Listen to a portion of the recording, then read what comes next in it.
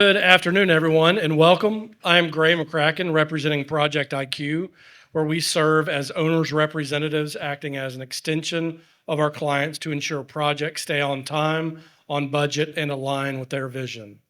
While we work across multiple industries, including commercial, healthcare, life sciences, and industrial development, one of our current focuses is master-planned communities, like our ongoing work in Hockley at the Grand Prairie. Today, we have an incredible panel of developers, architects, and builders leading some of the most exciting master plan projects in the industry, bringing deep expertise in residential and commercial integration, build-to-rent models, high-end community design, and large-scale development. As we go around, I'd like each one of you to introduce yourselves and share a bit about your background and answer this. If money were no object, what kind of amenity would you choose? And I would choose the Lagoon, so you can't, pick that one. Go ahead, Vivek. I'm Vivek Sinha with Banyan. We're a commercial developer. We develop upscale retail within master-planned communities across the state.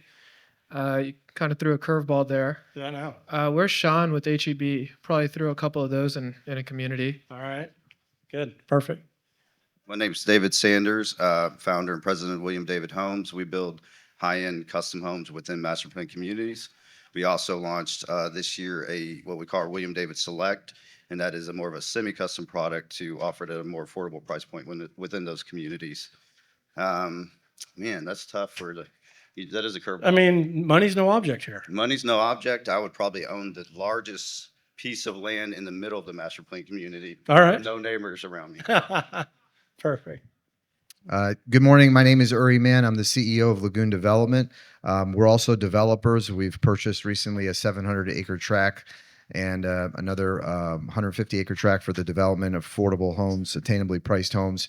And the Lagoon, of course, is going to be my favorite amenity because that's what we do. We have the challenge of developing attainably priced housing with the least affordable amenity, which is the Lagoon. And actually, sometimes it does feel like money is no object when we're building these. They're very expensive to build and maintain, but the benefits, we call it the Lagoon effect, are tremendous. Our projects, Balmoral one time had the fastest selling community in Houston, 740 homes in 1 year. Last year, Sunterra, 1,300 homes in a single year. We built a Lagoon in Dayton, Texas. Has anybody heard of Dayton, Texas? Mm-hmm. Okay, it's a pretty unknown area, and we were able to sell 2,000 lots in a matter of 15 months. I mean, so the Lagoon has a huge impact on the velocity of sales, home sales, being able to attract quality builders because they get to see many more people walking into their models. So the Lagoon is my choice. Perfect. Good morning. My name is Harry Masterson. I'm a founding principal at Ember Real Estate and Development Group here in Houston. We do various real estate and asset classes, but our primary focus is on large community development. And I mean, everybody does want a lagoon, but I think if money were no object, I would devote more land towards open space and trails, but make them connect. So I would spend money on sort of off-site connectivity as well. So it's not just within the community. Good morning. My name is Peter Barnhart. I'm president of Caldwell Companies. We've been in business for 35 years here in Houston and College Station, and part of our vision statement is that we create extraordinary communities that enrich lives. And we do that through some large-scale master plan communities, our multifamily offerings, as well as developing all the commercial within our communities. Notable communities that you may know us for in Houston are Town Lake, the Highlands, Willow Creek Ranch, Rock Creek, and Chambers Creek. My name is Todd Blitzer. I'm managing partner of the Mirador Group, an architectural firm. We provide architectural services throughout Texas, specializing in both residential and commercial architecture. Residential from custom family homes to multi-unit to BTR. Also active adult, luxury condominium projects and multifamily projects. As far as amenity, of course, pickleball courts. All right. Thanks, guys. We'll go right into our questions. Todd, this one's up for you. How are today's residents shaping the future of master plan communities, and what trends are driving demand for specific home types and amenities? So we work with both BTR product as well as active living, among other developments. And there's an age spectrum. There's a spectrum between younger people as well as those 55 and older. The younger clientele oftentimes aren't able to afford a home yet, but they're young couples or young families looking to want to live in a home. They don't want to live in an apartment. And so the BTR projects provide an opportunity to go ahead and live in a home, whereas 55 and older, they may be solo living. They may be also chasing after baby chasers, where they're trying to be with their adult children, and they have different needs. They both groups, about 50%. 50% have rented before, 50% have not rented before, especially the 55 and older, where they've maybe moving from a current home that they've sold and they're moving into an apartment. Also, 55 and older, they active adult tend to also be a bit stickier when it comes to renting units because of the lifestyle change that they're looking for. It comes down to also the needs with regards to the amenities that the different groups have. And when we're designing projects in the area, especially Houston area, we're looking at density with regards to how many units we can get on a lot, on a piece of property. And with detention, we're trying to get at least a minimum 10 units per acre. Without detention, you can increase that density 12, 14 units per acre. Now, the younger families, they're looking for the opportunity to be able to rent a home and access to good schools. And so that's really important for them. Also, the other amenities that we're looking at as well, it just, a lot of these projects are not highly amenitized. Generally speaking, a typical amenity, maybe like a community center, a pool, would have dog parks, maybe even pickleball facilities, but more the amenities with regards to the built-to-rent product, even the attached two-car garage, having a front door, having a unique elevation, having even a backyard. At least more than half the people renting at the BTR communities, they have dogs. And that's something that helps to be able to support that lifestyle. I'll just mention very briefly too that there is a changing perception in home ownership versus rental. And at the beginning of my career, people who owned a home really kind of looked down on people who rented, even though we all rented an apartment at some point in our life, right? So that is changing. I mean, home ownership in the United States is at its lowest level that it's been in a very long time. And with the affordability quotient, I don't expect that that's going to change. So I think that our opportunity to create more rental type options within our master plan communities is only going to increase over the years.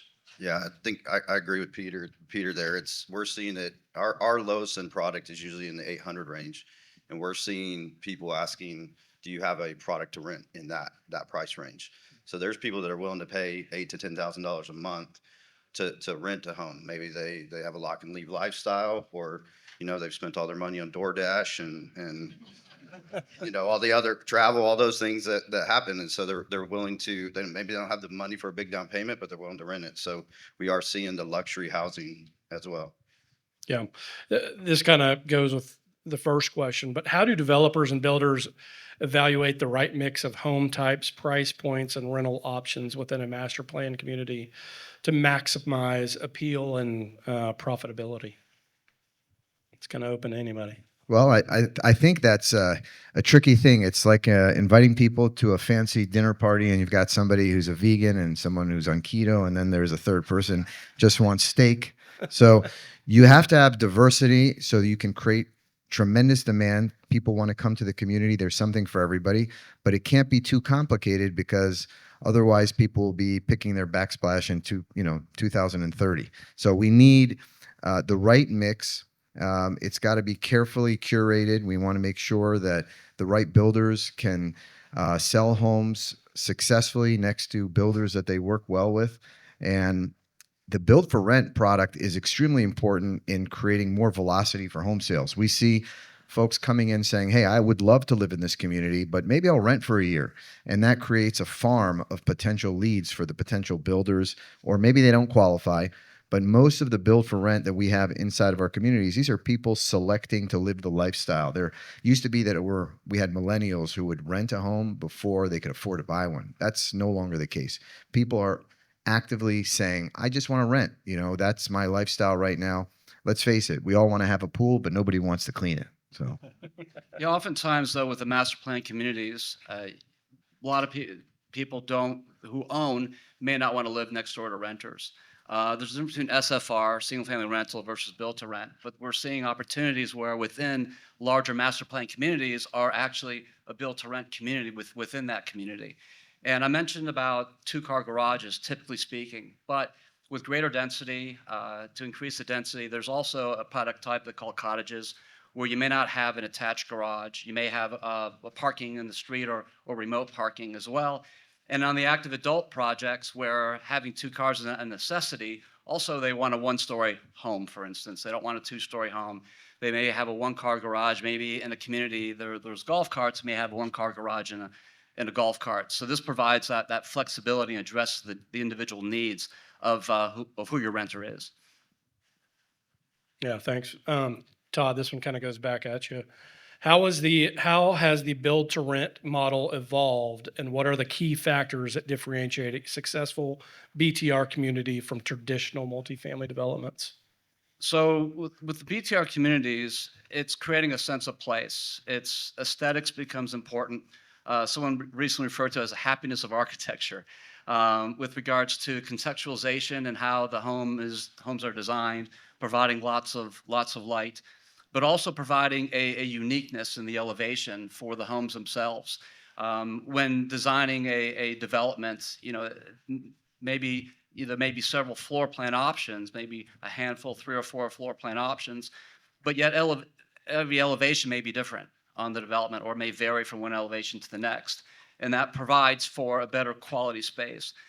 There's a lot of municipalities that don't want the built-to-rent product built in their communities, but a lot of these newer built-to-rent developments are beautiful places and allowing for a lot of interaction with people and aesthetically pleasing, and it provides the ability, of course, for people who want to live in a home to be able to rent these products. Yeah, thank you. Harry, what role does walkability and access to natural features such as lakes, vineyards, and marinas play in attracting home buyers and renters to MPCs? Well, I think it plays a huge role. I think not only in sort of suburban development are we seeing things get denser, but here in Houston, what we've seen is an increase in density and a lot of focus on the open spaces and the ability to walk around. So just like we see a huge focus on the bayous and stuff like that here in town, where they're multi-story buildings where they used to just be ranch style houses.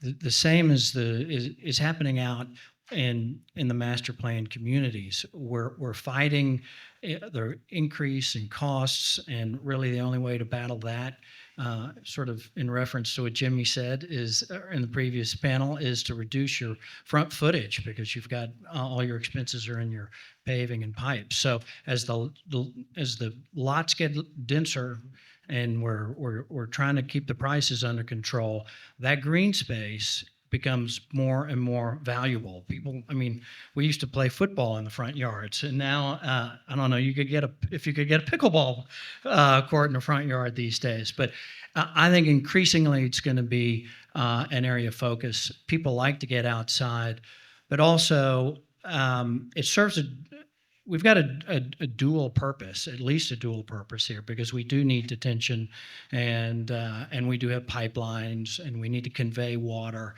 So we're really making something that we have to be utilizing, or we have to use, beautiful and an amenity. And I think that will only increase as in value in the eyes of the buyers.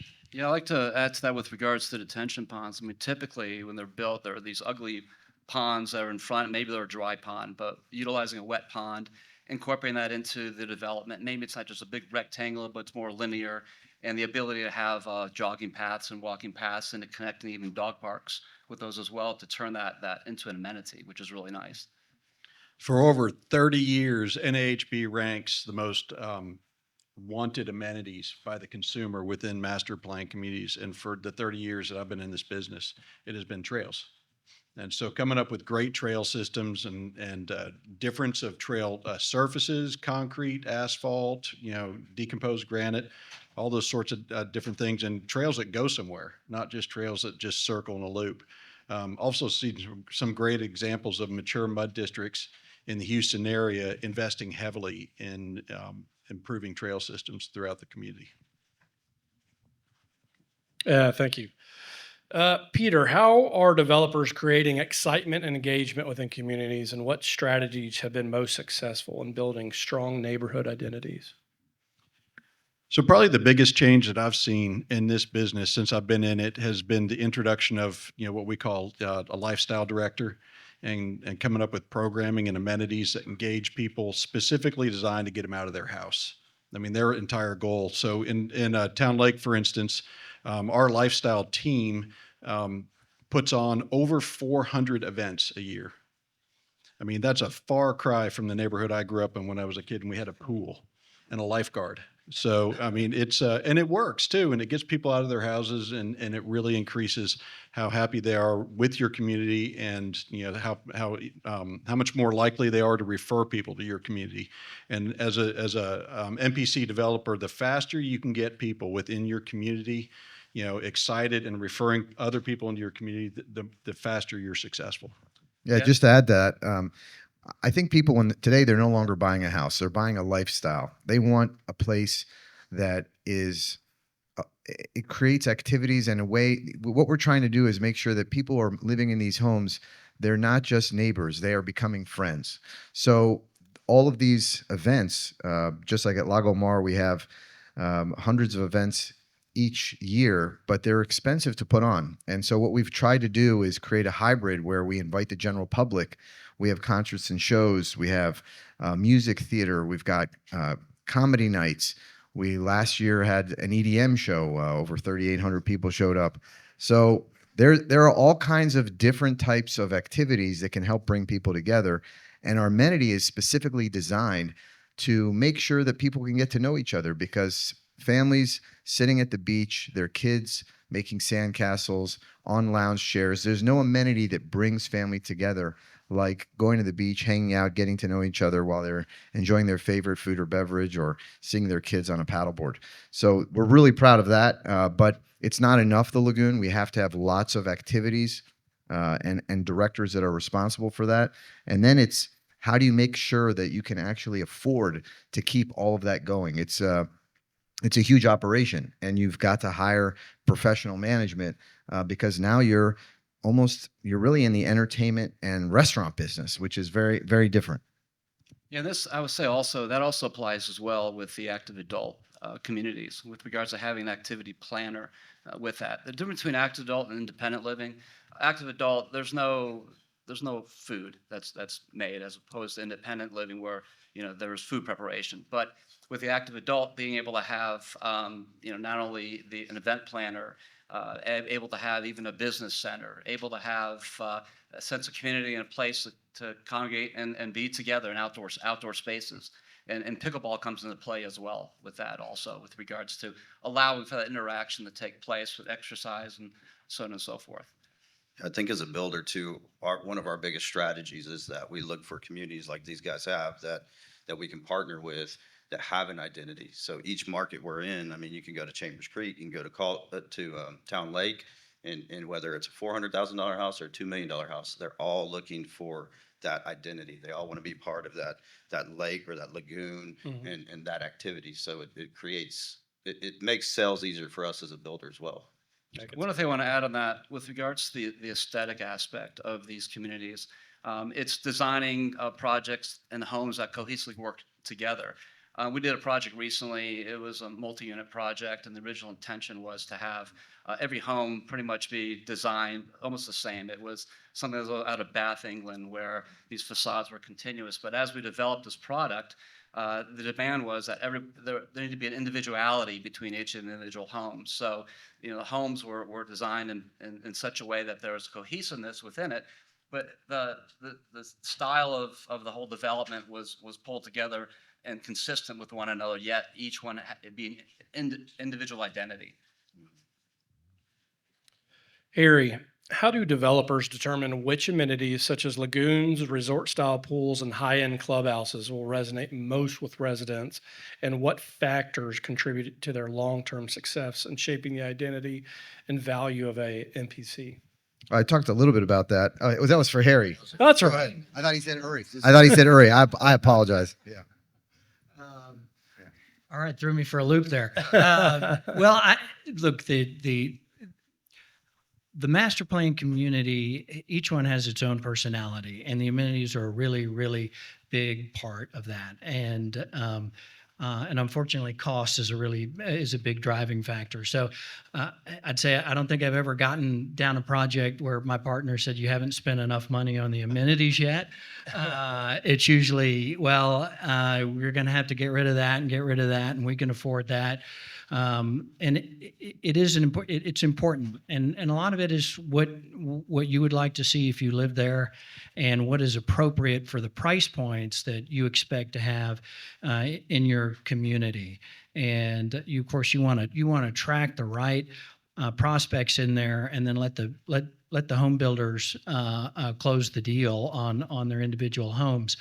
And I think it's also really important that sometimes the word sustainability has a couple of different meanings, but when I think of it in terms of community, it's like when you go in, the developer is deficit funding the HOA, and so if you build this 20 gazillion million square foot center with 5,000 treadmills and 7 pools and 100 pickleball courts, somebody's got to pay for that. And on our end, it's really sort of an economic decision. But once we're gone, I think what you put on the ground also has to be sustainable in the sense that the community has to pay for that. So it can't be an undue burden, and you have to be spending the money on what you think the residents really want long term.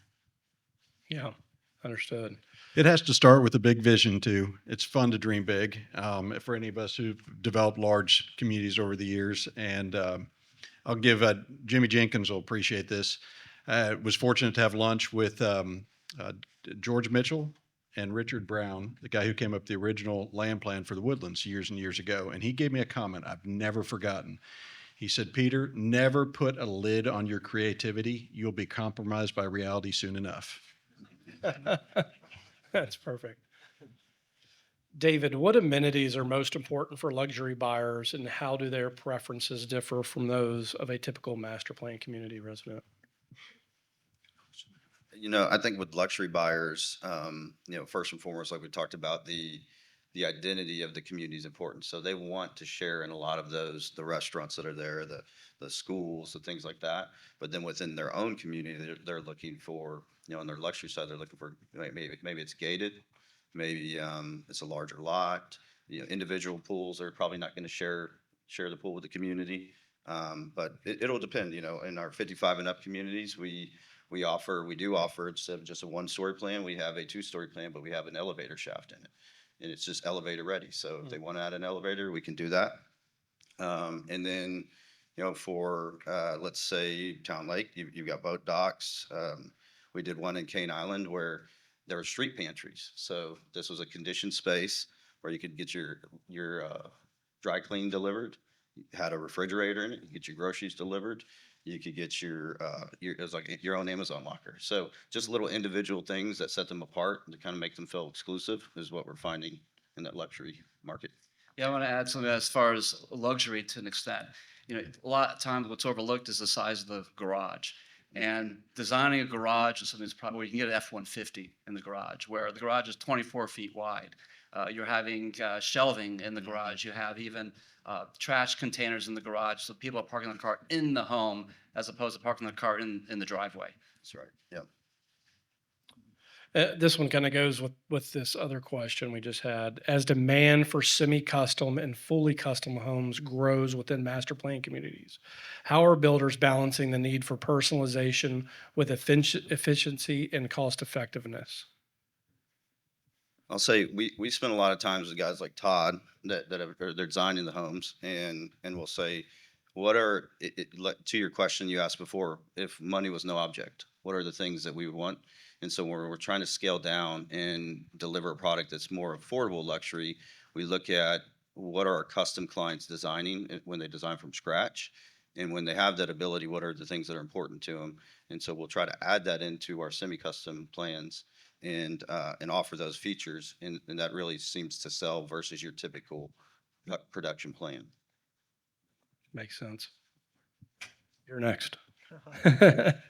How do partnerships with commercial developers, such as bringing in retail, dining, and entertainment, enhance the appeal of a master plan community? Pickleball. No, I think it's a few different things, and I think there's some great points made earlier. First, to the extent of how you're performing or modeling out your communities, many of your amenities, I mean, pretty much all of them are going to be cash outflows. I think an amenity which is a cash inflow is your commercial spaces, whether it's multifamily, whether it's retail, whether it's, to the extent you consider, build to rent commercial. But long and short is, commercial spaces are like a third place. If you're the suburban parent, after a soccer game, you're bringing your kids and the family to a pizza joint, to a drive-through, to a swig, to a anything where you guys can connect and share a meal and have a good time, or get your hair done or your nails done. And community, it's all about having an oak latte and a health app on your phone. That's what it's about. It's about activity and getting to know people. That's one of the funnest things that he's talking about there, is that the developers now, and it's something that we take pride in specializing in, is that they'll sit down even on the product side and say, we've got to get away from the boring traditional production home. Let's start getting a little bit more creative. And so we can sit down and develop a product that fits the vision that they have. So we may not do a roller coaster in the backyard, but we're going to do some pretty neat stuff. So it's fun. Yeah. I think the future of master plan communities has to do a lot with collaboration between the different studies and disciplines, between the luxury home builders and the 40-foot lot builders, between the grocery stores of the world, and also your landscape architects and whatnot. I think what Uri was referring to earlier was the thoughtfulness behind the amenity, and part of that is not just the quantity of amenities, but how well done they are, and the level of detail and the quality. And so, I mean, all across, real estate in the world, you're seeing a flight to quality. And so it may not be the number of amenities as much as it is how well done they are. Can I, snap a photo of my dog and post it on Instagram and maybe get a few likes? Who knows? But, or other things like in retail, right? Do you have patio space? Do you have inviting landscaping? Do you have, drive-throughs? And so I think it's going to be a greater collaboration between developers and then the sub-disciplines to continue to push for quality, because whether it's 800,000 homes plus, or your 40-foot lots, which are more starter pricing, all of those residents have a similar set of basic needs that they'd like to see fulfilled at a high level. So I've got two thoughts on that. One is I agree with that, and I think one of the terms they use is sort of a third place, and as opposed to having some retail on the edge, having something inside which is actually part of the community, part of the identity of the community, where the parents can hang before pickup or after school pickup. I think is going to continue to help foster this identity. And the further and further we get out into displacing swayback cows and building homes, I think that's going to be very important to bring that character to it. I also want to say that I think an important part of the future for master plan communities is working to solve problems that aren't necessarily only within our community. And by that, I mean, I think that the public sector is looking to the private sector to help solve problems. And I think that when it comes to things like resiliency and floodwaters, and so resiliency in the terms of power, I would say I think we're going to have to work with them and be a part of that solution. We can't just look at our own land and we've got unique tools. We've got these special purpose districts, which have you're uniquely qualified to partner with the public sector and helping provide what they cannot themselves. Yeah, makes a lot of sense. That was our last question. Kim, anything else?